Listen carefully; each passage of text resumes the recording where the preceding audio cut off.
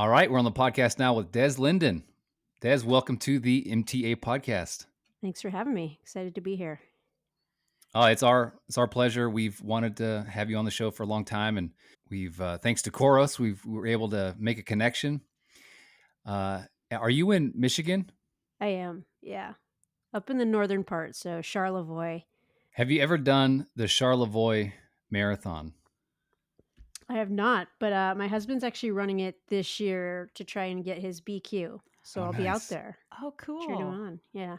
I think Nice. Angie, you got your BQ there, right? I did BQ there. I think in 2019 we were there. Okay. Such a Any course beautiful tips? area. I mean, it's out in the sun a good bit, so Yeah. depending on the weather, definitely be Right. prepared for some heat. But it was Okay. beautiful. I mean, obviously being a local, he's gonna know Yeah, the yeah. roads well. So I know. I'm like, are you going to get out and test out the course? He's like, I probably should. It's like really close by, but it's out and back. So what is there to know? yeah, He'll probably run yeah. on it at some point, but it's kind of funny. Oh, that's really exciting. So you're going to Yeah. be out there kind of Yeah. flipping the script a little bit. You're being the support person this time around. Yeah, yeah, that'll be fun. I'd gone to plenty of Ironmans, a couple of gravel races, and the support person, that's a hard job. Like, Hmm. you're emotionally invested, you're doing all the things to make sure they're ready, and at the end of the day, you're like, "I'm exhausted, and I can't even complain," you know? You're like, "I get it, you're more tired than me, but that was hard." Especially for something like Iron Man where, Yeah, 3 different disciplines, like, right. whoa. So Yeah, and you're, like, all revved up, and you're like they go by on the bike, and you're like, "Hey, oh." That's it, you know? That Sorry, I was didn't mean him, to cut whoops. you off. yeah. Did Uh, so? Do you coach him? I mean, you know a couple things about qualifying for Boston. I don't. I helped him write his schedule for this one. I think we would probably write the same thing for the most part.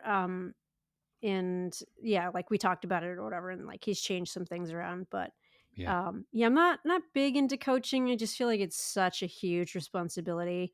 Mm. I've worked with a handful of like beginners, like somewhat athletic, maybe running a couple miles every few months, and they're like, I want to run this marathon. So that's just like really hands on, like a lot of attention on one person. That's pretty fun. It's rewarding, but mhm. coaching in general, I'm like, it just seems like all this work and this goal and all this stuff is like on one day, and one person has these expectations. Like I would just be too nervous about it. Doesn't Charlevoix have that bridge that goes up and down to let the boats go Mhm. through? Yeah. Yep.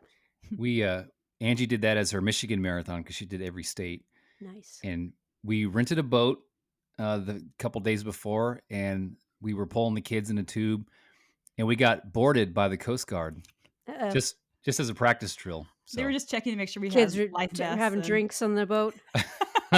like, "Hey, kids, put away the alcohol." No. It's soda. Come on. Tough up here. Yeah. beautiful place though. That's for sure. So this is kind of a unrelated question, but I've always wondered. So, as a elite runner, a recognizable runner, can you even go to a race expo and just keep a low profile, or do kind of people recognize you and like mob you if you do that? That's a good question. I don't get to many race expos, which is like the real perk of being a pro, is they like kind of deliver everything to you. So it's been a while since I've really spent time in an expo. Um, but yeah, I mean, I think the running community is small enough that you're going to see some people that are happy to see you, which is a great thing, or Hmm. recognize you, and that's always pretty cool. Um, but Yeah. yeah, like before a major event, if it were New York or Boston or something like that, you're like, don't necessarily want to invest that energy in meet and greet or even just like going to the expo and being on your feet. So that's kind of Yeah. one of the perks of being a pro is you just don't have to go. You What's don't you don't have a go-to disguise that, if you wanna Yeah, just be yeah, like the glasses with the mustache and the nose, like too obvious. ah, I haven't seen those in a long time. Those used to be really popular. Should bring them back. Yep. What What's it feel like to know you can just jump into like any local half marathon and just crush everybody and then just go home? I don't think that's true. I think that you have to be reasonably fit pretty much all the time because there's so many great runners right now. Like Yeah. the amount of people that are right on that breakthrough point and you never know when it's going to happen. I think I'd get my butt kicked in pretty much any race I jumped into without properly training for. So I wish that were the case, but you'd have to find a small race for that to happen. So let's rewind a little bit and tell our listeners how you got started on your running journey. Yeah, so I was a soccer player growing up in Southern California. My parents, at a young age, were like, sitting around watching TV or playing video games. Like, let's get outside, pick sports that you want to do. So soccer, softball, and then another season of soccer. But I'm obviously pretty small. I don't know if most people see me and they're like, "Wow, you're smaller than you look on TV." It makes me wonder what the TV is doing, but I'm actually small. And as a soccer player, that was getting more and more difficult as the other kids got bigger, and I kind of just stayed the same. So my tactic was like get to the ball first, and then get off your foot the quickest. All which was like required good running. So maybe I'm suited for something a little bit different. So I gave up softball first, and then eventually it was like, oh, I'm a pretty good cross country track runner, and then just dove into that. And so you attended, was it Arizona State? Correct. Okay. And did you ran, I think you were a two-time All-American there, if I remember correctly. I was, yeah, once in cross and once in the 5,000. Yep. Okay. And then how did that transition? So you graduate, like what was the mindset? What were the steps that were required to kind of break into professional distance running? Um, Yeah, it's Yeah. not really a straightforward path, and particularly yeah. for where I was at, like I didn't have, agents reaching out or brands that were particularly interested. Like I was a pretty average college runner. I had the 2 All-American awards, which was good, but not, I wasn't catching any attention. So I looked around and there was a few development programs out there, and basically the Hansons out in Michigan was the group that was interested in me and was like, "Yeah, sure, come on out and test it out." And actually, even that's not totally true. They were like, "Arizona State to Michigan, like you're not going to make it here. I don't think this is the spot for you." And it was almost like that, like rooting against me. I was like, "Oh, like I got to prove these guys wrong." So it worked out all right, and I packed up and moved out to Michigan basically pretty closely after finishing college and just joined the team out there. How many times in your career did that work to your advantage when it seemed like people were rooting against you? And Underestimating you. yeah, Yeah. and then you're like, oh, I'm going to show them that I do have what it takes. Yeah, I think that happened quite often, and I think that's just, like, a naturally motivating thing for I think it's just people in our line of work, like, in the running space, but then you, like, go to other athletes and it's like, Tom Brady has his draft number on his, bathroom mirror and every day. So everyone kinda has their story. It can be super powerful and motivating. But yeah, a number of times in my career, it felt like when everything was on the line, it was like, okay, I want to continue doing this. I love this job, and I'm gonna go and fight for it. You can tell me that I can't, and I'm gonna show you why I can. Hmm. Mm. Have you ever listened to some of Michael Jordan's stories about how he? It's so funny because it's like, bro, no one was rooting against you, and Yeah. like, but you create these stories for yourself, and it like gets you at the door, and it makes it purposeful. I do think there's a point where it kind of swings the other way, where it's like it's a really hard way to live, to think that Hmm. everyone's against you. Yeah. Have like that chip So, on your shoulder. It can kind of get toxic after a while. yeah. Yeah, I think Yeah. so. Because then you're going to alienate people and no one's going to want to be Right. your friend. Yeah. And Yeah, you, I okay, mean, you beat everybody. Great. right. You're the best. It's, But like, empty. Right. It's just a tough way to, like, approach daily life where it's like, who do I have to prove wrong today? Like, Mm. it yeah, can be exhausting as well as motivating, so you gotta balance it. it's about as fun as arguing politics on the internet. Exactly. Oof. Let's not go there. Yeah. Somebody on the internet is wrong. Right. Oh. So talk about how your love for the Boston Marathon began, because you've had a long history of, running that race and really excelling there. But like, how did that come about? Yeah, I was very lucky, to I debuted in Boston, which Okay. is rare. Like people will be like, "Wait a minute, you didn't get a BQ?" Like, and come with their pitchforks. But that year it happened to be a U.S. championship. So like what I had done in on the track and in other road races at the national level was good enough to qualify me for the U.S. championship selection in Boston that year. So that was my debut, and I'd always kind of been not even on the fence about the marathon. I was just like, that seems like way too long.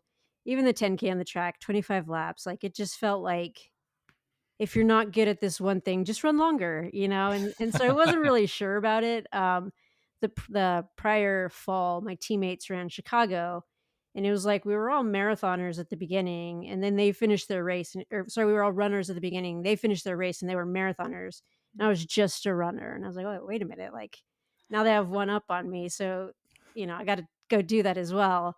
And so it just happened to be that it was at the U.S. Championships in Boston the following spring, and I got out there. It was the nor'easter year in 2007, and it was like, "Oh, it might get canceled. The weather's crazy. Like, we don't know." Obviously, they had the race, and like no one was out there. But for me, my first marathon, that first experience on that course, I was like, "These fans are bananas. Like, this is the most exciting race I've ever been a part of. They love it. Like, it was cool." I was like, "This is what every professional race should feel like. The energy around it, and all these things." And people were like, "No, like, it was terrible this year. Just wait." So, that was the first time I ran the marathon. It was in Boston, and it made me really fall in love with the distance. Like, the distance was great, but then all of the things about Boston, like the history, the way the course is set up, all the different points that you could find, like, ways to improve and, like, think about it strategic all these different things came together, and I was like, "Well, I'm hooked on this event."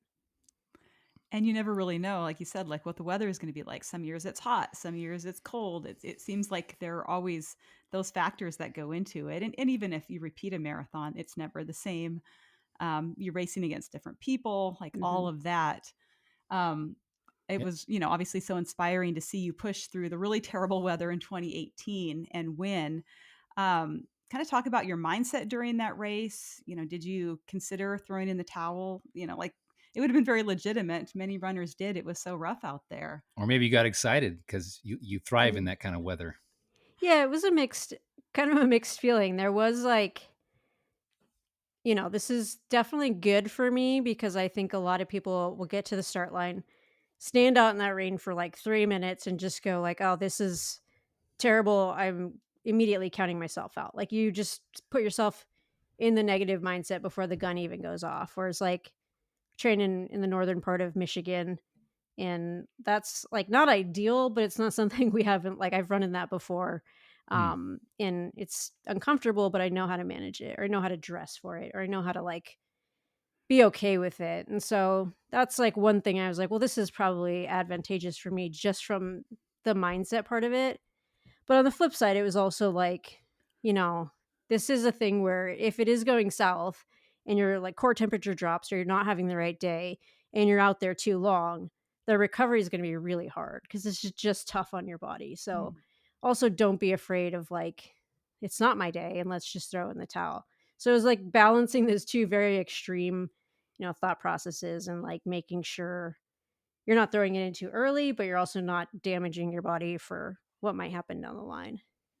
It sounds like you're kind of trying to think strategically, but then also stay in the moment because I think during that race, you'd kind of decided, well, I'm just going to like help pace and that'll be kind of what drives me forward. You weren't really thinking like, oh, I can get out there and win it necessarily. Yeah, I mean, I think staying really present is super important in the marathon. As soon as you start thinking too far ahead, it's like, well, that's a long ways to go, and I already feel like this. Or, so I think early on it was like get to halfway and then evaluate like if it's worth staying in or worth stepping off. And then in the process of getting to halfway, it's like, what can I do in these moments, in these miles to make sure that it's like productive? Hmm. And I found that like helping other people out or like just, working with groups in different ways was really productive for me, and every time I had one of those instances where I was helping someone else out, it was like, "Oh, I actually physically feel better than I thought I did."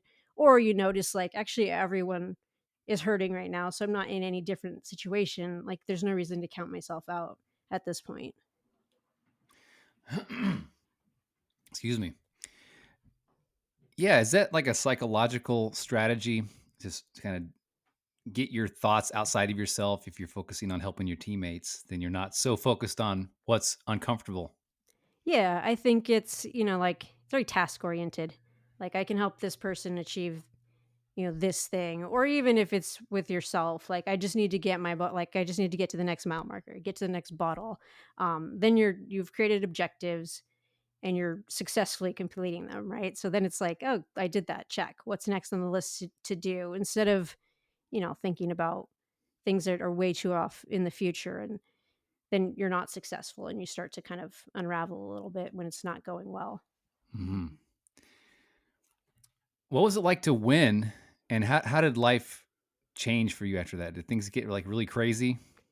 Yeah. I mean, it was amazing to win. In 2011, I was second by 2 seconds. Had obviously created a really great connection with the community and the city, and so it felt like I just had a lot of people rooting for me. And yeah, so for that long of a wait from 2007 debut, 2011 the near miss, and then a lot of chances in between, all the way up to 2018 finally getting it done. Um, it was really satisfying, and it was just a great. I don't know. I think the story and like things that are worth it take time to get to. Yeah. Was really nice to just have that moment and say like, yeah, you can keep showing up and maybe you'll have your day. But if you don't show up, you're definitely not going to have your day. So there's a lot of valuable things there that I think really resonated with folks. And Mm. yeah, I think life got quite a bit different afterwards. It was a lot of time on the road, a lot of travel, a lot of appearances. And I think like the training focus for that time just really shift where it was like it shifted to where it was like, let's do all of these opportunities, make the most of them, make sure the sport is lifted up a little bit at this time, and put training a little bit more on the back burner just for a moment. Because if you can't celebrate those moments, like what are we doing? You know, Right. Exactly. what are we doing? Yes. Speaking of, celebrating, one of my favorite clips of you is some guy said, "Are you gonna celebrate with bourbon or whiskey?" And you said, "Bourbon is whiskey, Larry." Oh, Larry or Larry Eater, yeah, you walked right into that one. I mean, there's a lot of nuance there, but it's Larry, so you just got to kind of poke fun at him. There was a relationship that you were yeah. Yeah, that was funny. Somehow, like, that just made the rounds on the internet. So random. Like of all the thing yeah. I think that one was an interesting one, and then I think there was like I eat a Kit Kat, how I eat a Kit Kat, which is not like along the like it's not piece by piece, it's just across as you would eat any normal candy bar. And you broke the internet with that one, Yeah, and people basically. were like, "Why?" So, like, I don't know, like, if I prefer my running be the thing people are excited about, but So you again, don't break off a piece of that Kit Kat bar. I do, I break them all at the same time, though. It's way more satisfying, like, the crunch factor when they're like, like, you go right through all of Oh, them. yeah. Yeah, just try it, Huh. you'll love it. Try it at home, folks. Yeah. I think one thing that people find so inspiring about your running is that, you've had such longevity, but also you've gone through some really challenging periods with your health. I think maybe it was 2017 that you were just dealing with extreme exhaustion and eventually diagnosed with a thyroid condition. Can you talk about how that experience changed how you approached running? Yeah, I think there's 2, like, major injuries or setbacks health-wise in my career, and I learned so much from both of them. One was my femur fracture Hmm. in 2012, and then the second one was this thyroid situation in 2017. And I think at both times it was like it's really forcing things and just trying to do so much, like be a workhorse and like be tough and be gritty and all those things that we're praised for and that usually, help you find success. There's an edge to them, and sometimes you miss really obvious signals. And then in hindsight, you're like, wow, like I should have noticed that. And I think for me, it was realizing that some of these signals come in different ways. Like when I experience stress fractures and or bone injuries like that, like it feels like a deep itch. Like it's not like, oh, this Mm. really hurts, it's painful. This must be something I should have looked at. It's like for a long time it's like, oh, it's just this really itchy sensation. And so like I was really aware of that after, and I've never had a major bone injury since then. So it's like, oh, like I get it. Like I've created like I understand created an understanding of what the sensation is. and then you move forward. But like you miss those signals initially because you're like, well, I'm being tough. Why would I stop for something that's like a deep itch? That doesn't make any sense, right? And then the same thing with this thyroid thing, where it's like, well, I just feel really tired. I feel really run down. I need more rest. And like it kept sort of snowballing, but it's like, well, of course I'm adding more mileage, or of course I'm doing more intensity. And that like that signal was different than training fatigue. It was like, Mm, I mean, I hope I never experience it again because it was so strange, but it was just like being in deep jet lag Hmm. for like a long sustained period. And you're like, well, yeah, like I should have noticed that, but we force and force and force. And it's like, well, I'll get on the other side of it. I'll rest more and I'll be fine. mhm. And sometimes like you have to seek help, which, Yeah. is another thing for me to learn. Like, okay, you're not going to rest your way through everything, or like some of these fatigue signals like are more than just training signs. Mhm. Yeah, that's a great piece of advice, like, seek help early. Like, I think sometimes we Yeah. give people better advice than we actually take for ourselves. Like if Yeah. a friend was like, "Oh, I've been so exhausted for weeks," you'd be like, "Go see your doctor, get some blood work done." Right. But, like, for ourselves, we're like, "Oh, my diet hasn't been that great," or this or that, and Yeah. it's weird how that works. Right. Yeah, or it's like, "Well, yeah, like, I'm just training hard. Maybe I'll take a second run off." And you're like, "Well," or you could, do something about it so that you don't feel this way. Yes, But, Hmm. exactly. yeah. Well, I think that kind of, like, dovetails nicely with, Coros watches because they track so many metrics, and I think that can be one way that you can figure out, like, this is not a normal thing for my body. If your heart rate variability is dropping, or you're Mhm. noticing your heart rate's been elevated, or you're just not recovering quite as well as you're used to. So Having that data having is that data can be really helpful. definitely. Yeah. Yeah, yeah, I think that that's been super useful, and, like, I'm not a big data person personally. I'm like, "Oh, there's just so much of it." It's just, like, massive influx of information. You're like, "Most of this we don't need." Until you do, right? And Mhm. then Hmm. it's like, okay, like I'm feeling a little bit off, or like maybe the workouts haven't been going as well as I thought they should have. And then you can go and look at the numbers and you're like, oh yeah, like sleep's been a little iffy and HRV is not where it should be. And then you can make the adjustments. But if you don't have the data, then you go in and you're starting from like, well, I have no baseline Mhm. and I don't know what to change and I don't know why I feel this way. So like just having it if you need it is great. And then some people get way more into it as well. It's like they've gamified their sleep or like their recovery, and like however you use it, there's so many different ways, but like to have it is really great in case you have to dig in and uncover a problem. Yes, exactly. I just went on a run yesterday with my new Coros. I got a Pace Pro, Nice. and it showed me in the app. It shows me like my stride length and my cadence. Yeah. Like, wow, I had no idea it was even measuring that. Yeah, are you going to It's- use that? Like how will you use that data? I got to figure that Or out. yeah. See, I'm in like I've just started dabbling into trail, and someone was asking me like, "Do you think it's a cadence thing is why you struggle on the downhills?" And I was like, I hadn't really thought about that, but it's probably Mm. something I should look Yeah, at. my Mhm. cadence was lower than they recommend. They Yeah. say that Okay. was that 180 Right. cadence or Like the something, right?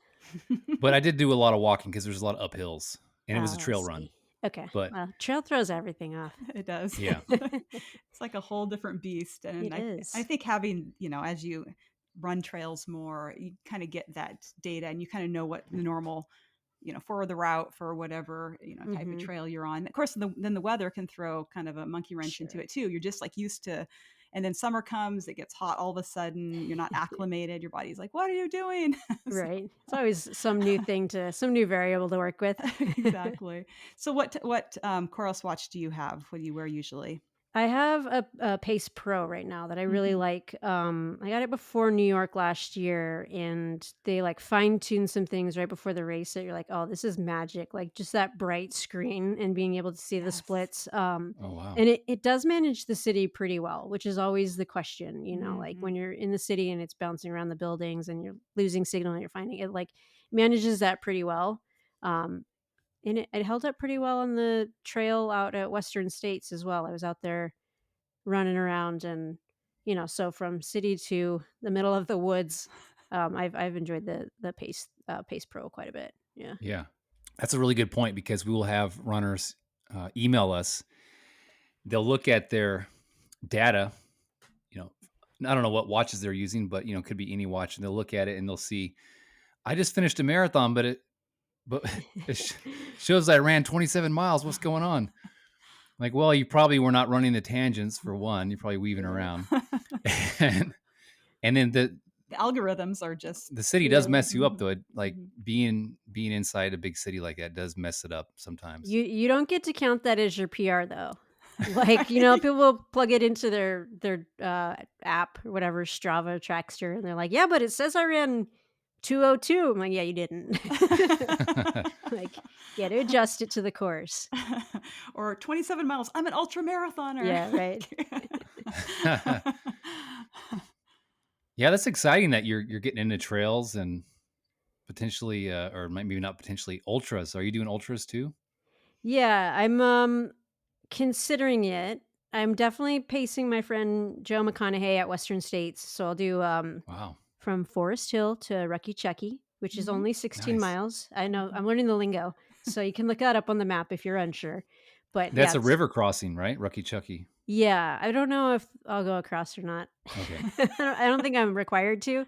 It was pretty moderate temperatures when we were out there.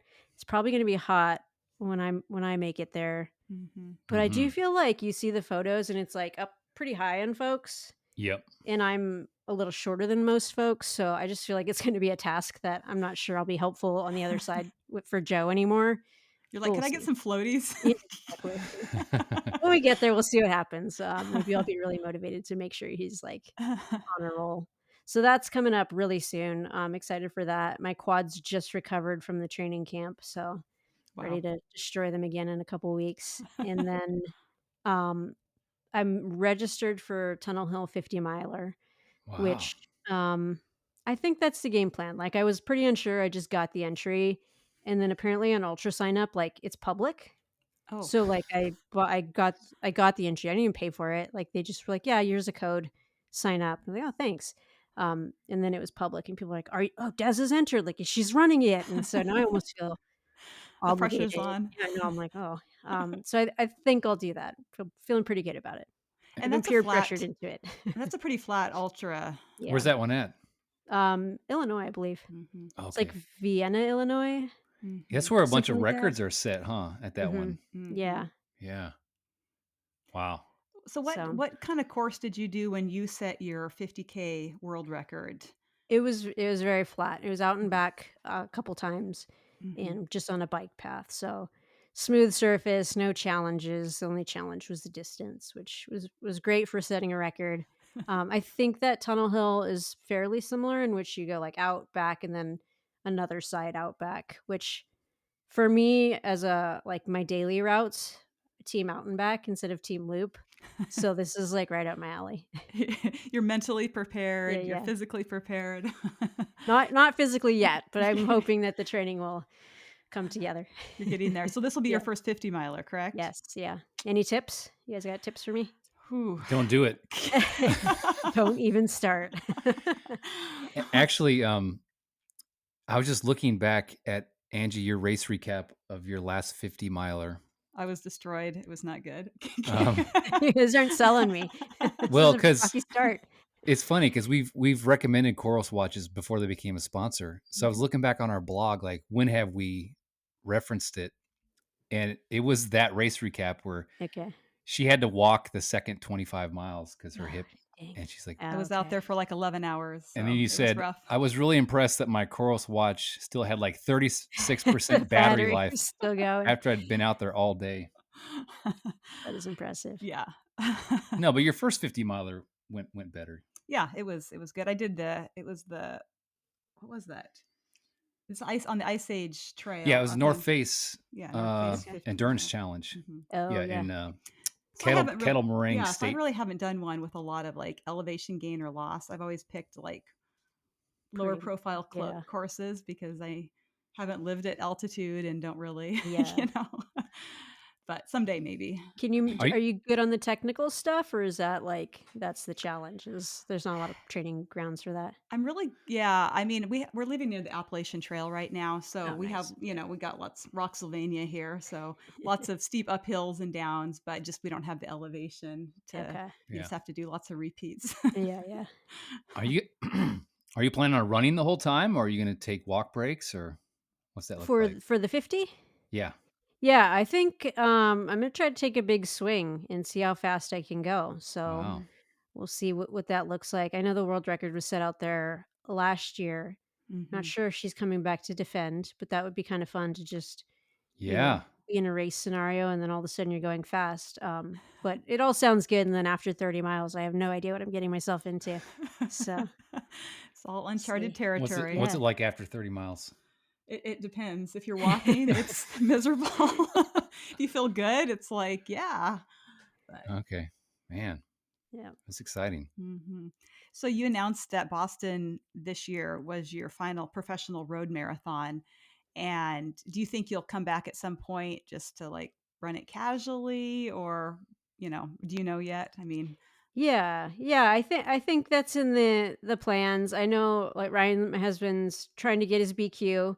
Mhm. I think if he gets that, I'll probably run with him next year, Yeah. but we'll see, like, how like, how well that goes, if we're running together, if we just immediately start racing each other. So, like, it'll be fun, like, I'll mix it up in wave 1. I just, like, the intensity and the pressure, and the work required to be in that pro field, Mm, it's a lot, and I don't have the same drive for it, where I could probably still get a bib and start there, but, like, to ask for a hotel room or an appearance fee or things like that, like, I don't think I'm prepared to give enough to ask for Mhm. those sort of things. So I think, like, one mhm. wave 1 is, like, my place now. But Right. I'm gonna be a really competitive wave oneer, so they better be Yeah. scared. The masters Yeah, category is yeah. I mean, after you won, especially, is it just kind of a given that every year you're going to go to Boston just to do appearances and that kind of thing? Yeah, I think there's always stuff for me to do. I mean, racing it as long as possible was obviously the main goal, but I think I'm a Brooks athlete for another 4 or 5 years, and so I'm sure they'll always want me there. The Yeah. BAA is always, wants ambassadors to come back and support their race, and then you have other entities like Bank of America is always inviting me, and so I think that those opportunities will be there for a bit, I'm sure. As soon as there's another American winner, they could all go away, but, I think, it working together, you see Meb out there still. Dina's always at the World Marathon Majors, like, they really celebrate their American champions, so that's a Mhm. cool thing. When will there be another American winner? Yeah, we're knocking on the door, right? Okay. Like, I feel like Mance looked really good this year. He was in it for a Yeah. long time. The women's side is just, like, a little bit more unpredictable. The front can go so quick. Like, I mean, they can run the 2:12s, 2:14s now. Mm. I think we have some folks that are able to do that who just haven't had their crack at it yet. I think, Mhm. Fiona O'Keefe, when she's healthy, the way she ran the trials was just so impressive, and in the heat and the whole thing. So I think she has the tools. Taylor Rowe, her training partner, looks really good, hasn't debuted yet. Winnie Colati, so there's all these names that, like, I think we have a group now that maybe is just sort of intimidated of that 218 barrier, the way our group was intimidated almost of that 220 barrier. And I think these young guns are going to go in and be like, "Psh, like, this is what are you afraid of?" And then it's going to kind of open the flood, like that banister effect, where you're like, oh, Mm. oh Yes. yeah, like, why? That's not a barrier at all. Mhm. So I Yeah. think that'll happen soon. It's still a barrier for me. Yeah, same here. That's my half marathon barrier. Yeah. Okay. It's No. moving. It's moving. These days anyway. So, for those who are not familiar with your podcast, Nobody Asked Us, that you do with Kara Goucher, how did that come to be, and how did you come up with such a unique name? Yeah, we were kind of just it was like a Twitter thing back when Twitter was Twitter. Yeah. I think we were both having a conversation kind of about super shoes, the impact in the sport, the impact of sponsorship, the business model, all these different things. And it was a nuanced conversation for Twitter, but we were kind of going back and forth. And a lot of the folks were just like, "Oh, you're like grumpy old bitter people. Like this is a terrible take. Technology should do this." And we were just going back with different reasons, and we felt like we were one on the same page, but two that like there was this other side that was like, you guys are just old and grumpy and bitter. So it's like maybe we should start a podcast of like bitter old women or something like that, just kind of joking around. And then a lot of people were like, that would be really interesting. We would listen to it. Like you should do this. And um it was enough that we're like, well, we should see if we can get something going, and if we even have any kind of chemistry to have a conversation, because we didn't know each other that well beyond these like Twitter Hmm. interactions. So we did a few. Actually, we sourced the name. We went back to Twitter and it was like, Mm. what should we call this podcast? And we Yeah. had some clever submissions, but someone recommended, nobody asked us, and we thought that was pretty funny. Yeah. Yeah. How often you guys publish an episode? We do 2 a month, so every other week, which Mhm. is a good cadence, and I think we've talked about doing more. I think our schedules get pretty crazy, so we're always like a little bit behind on our recording schedule anyways, which our editors like, thanks a lot for giving to me like, 24 hours before you want it posted. But he's a hustler and he gets it done always, so that's cool. So I'm not sure more makes sense just yet, but I don't know, if we can get a little more organized, perhaps we could do 3 or 4 a month. We'll see. Yeah. Yeah. Yeah. It's a lot of work. It is, yeah. We You happen to know. How many do you guys do? We do 3 a month. We've been Okay. trying to do 1 a week Yeah. here this year, but yeah, it's Up our just game. and Do I you edit it, so Okay. You gotta do a micro one. I think, like, the move is, Mm. like, one of, like, just hard stop, 25 minutes, like, whatever you're talking about, be like, "Alright, we've hit our time, boom."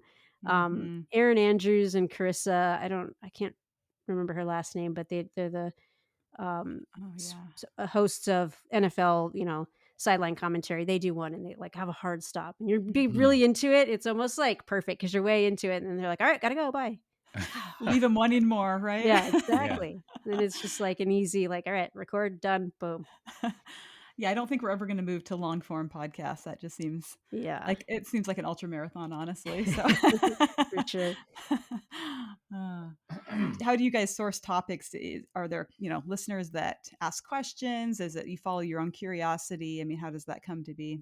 It's a little bit of both. I think we're always kind of in touch about what's going on in the running world in general. So if like Mhm. big news hits, it's like, oh, we have to like talk about this.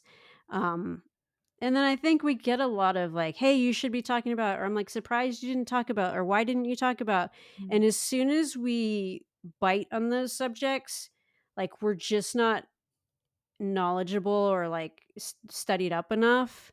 And then it's like, well, you talked about it, but I didn't like the way you talked about it. So we have to be like really into a topic to get it from like a listener and be like, yeah, we'll get into that, because we get like Mhm. people submit stuff all the time. It's like, we've tried this and we're just not into it enough. So let's just stick to what we really love and what we know. Yeah.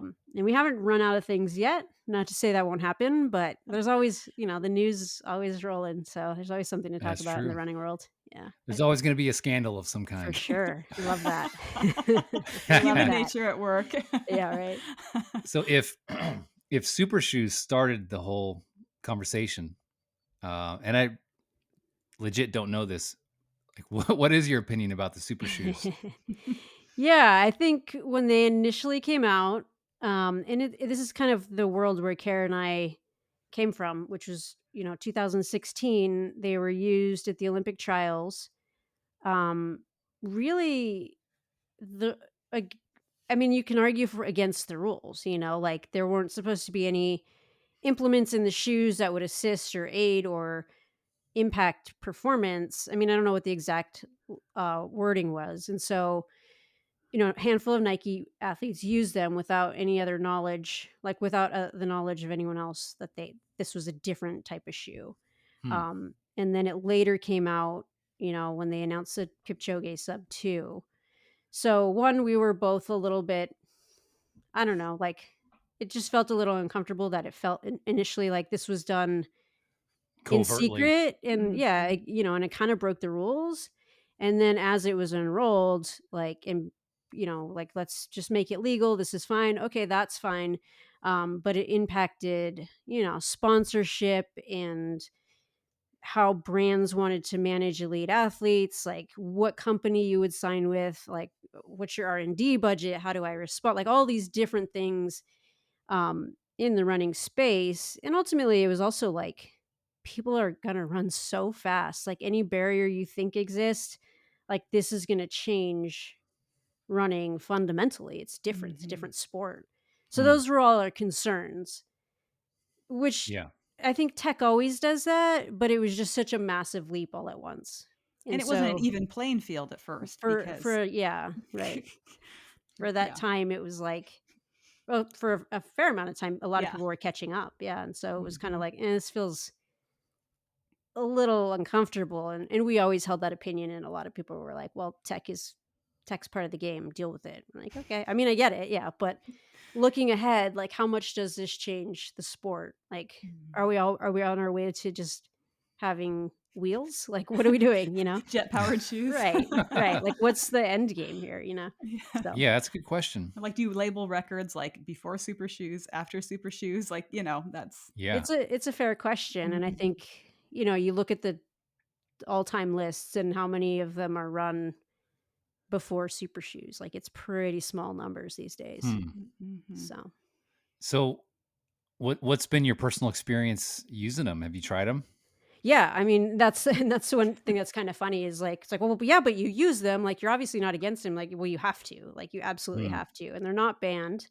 And, World Athletics has said this is how you have to play the game. So I think they're great. I mean, like they make running faster, easier, which Hmm. is ultimately when you think about getting people into running and getting people into the sport, like that's a good thing. Like, oh, this feels really fun. I recover quicker. I can do more. I can run faster. Like those are all good things too. So, Mm. yeah, they're great. They feel great on the course. So you recover quicker from Boston. And Hmm. I think it's a great way for athletes to add value to the brand. Like, Mm. this is what I feel I need. This is what innovations we should be thinking about. And you can take that back to the company you sign with, and they go, oh, like these all help improve product. This athlete is more than just the times on the course. They're a source of knowledge for our product. So that's a win as well. You guys are like the beta testers out there, like real It's world. yeah, it really is. It's a fun thing. It can also be a disaster. You get the wrong product and you're like, so that was a mistake. Let's not use this iteration. Um, but yeah, I mean, I think the teams are so smart that are working on these. Like they're rarely giving you a product that's not gonna hold up, and then you just do the fine tuning or little things that make it that next step better. Mm. So, for a final question, and you've accomplished so much over your running career, what makes you want to continue challenging yourself? Because I know a lot of people would be like, just kind of hang up the shoes, but it seems like you're just really internally motivated. So, yeah, talk about, how you're kind of like looking at new horizons. Yeah, I'm really excited about this phase of my running journey, I guess I'll call it. I think that was the thing with the marathon. It was becoming really predictable and really familiar, and no matter what kind of work I did, it was like I pretty much knew plus minus 2 minutes what the result would be. And so it was time to hang them up and find a new challenge because there's so many different ways to participate in the run and to figure out, what it means to you and how you can set new goals and new challenges. And so I'm excited to go longer. I'm excited to try new terrain. um, yeah, I have a list of, like, races that are just crazy that I think people will be like, What on earth is happening here?" But yeah, I mean, I think health and wellness and running kind of just go together, so that's always gonna be a part of what I do, and my lifestyle is having the run included. So if I'm doing that, it's like, why not add the challenge of, like, exploring a new place or testing a new distance or seeing, what else I can do in this sport. So, yeah, so much fun stuff left to do. I'm excited. I can just imagine what's on that list. Running with the bulls in Pamplona. That hadn't got it. That might make an appearance now. How about the dramathon in Scotland? Oh, yeah. They You have get a the dram of whiskey. whiskey, yeah, at Oh, aid interesting. stations. Yeah, it That seems sounds like that fun would be a too. good pairing. How long is that? Is it a marathon They or have is a it half like and a full, I believe. okay. I'm Yeah. probably too small for the full. I should probably split it in half. Could get messy. And Angie brings that up because you are a enjoyer of the fine spirits. I am indeed. Bourbon is whiskey, Larry. Classic. I don't know why it's so funny. It just is. Good stuff. Well, Yeah. thank you, Des, for hanging out with us on the podcast. And Mhm. if folks want to find your show, find you, where can we send them? Oh goodness, I guess I'm on all the social platforms at Des_Linden. And our podcast is Nobody Asked Us with Des and Kara. You're find us on all the podcast platforms. Nothing special. Just give us a search and we should pop up. Perfect. Well, thanks again and keep up the great work. Thank you.